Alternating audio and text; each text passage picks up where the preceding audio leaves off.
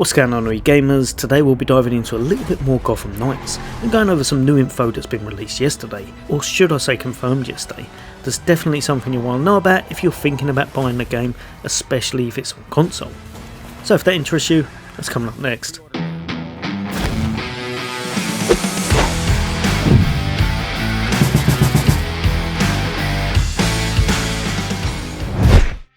Welcome back, gamers. Today we're looking at Gotham Knights, with some of the new latest info we have being good, and some that could make the game possibly a bit of a disaster, especially on console, even before release. Now, with less than a week away, Gotham Knights will be releasing on the 21st of October.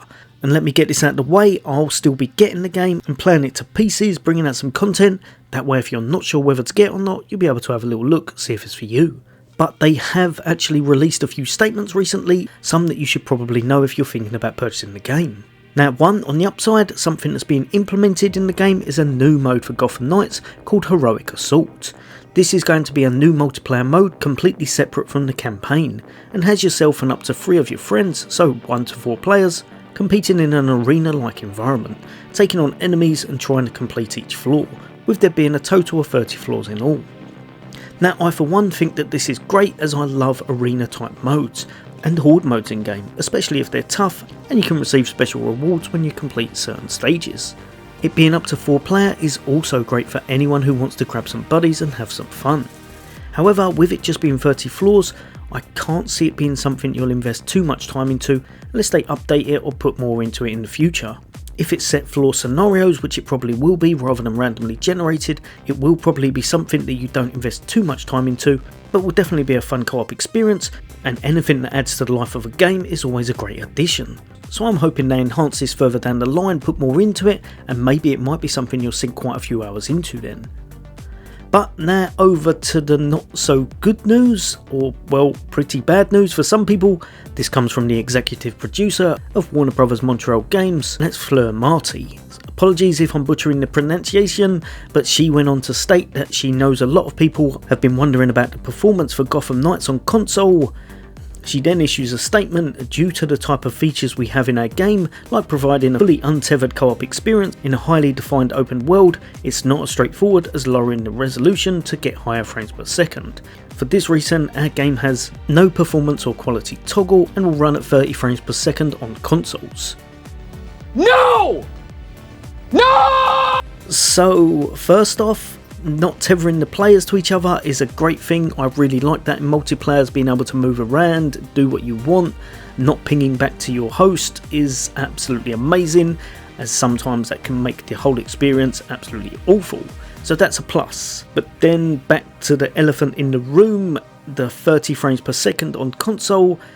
This is definitely not a plus. In a game like this, it's pretty much considered a no-no. The fluidity is going to suffer drastically, and even more than that, in this day and age, it will massively put people off the game. You've only got to take a look at the emojis underneath to see that people probably aren't that happy with this announcement. Now, I'm no technical expert or game designer, so I have no idea what kind of issues can happen when making a game of this caliber, but there's one thing I do know, and that's that this is supposed to be a AAA title.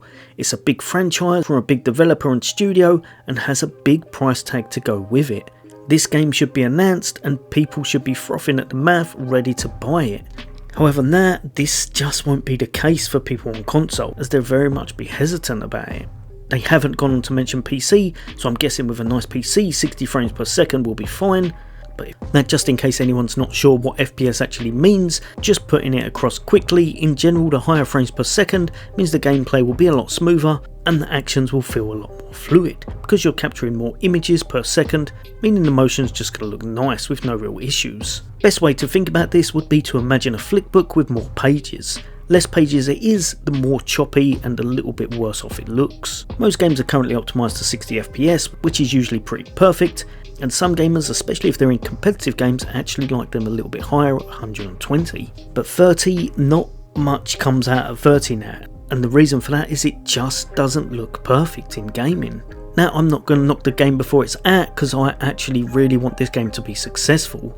I've been watching this game for a long time. It's coming out when there's not much around, and I plan to play it over Christmas as well, so I will be investing quite a few amount of hours into this game.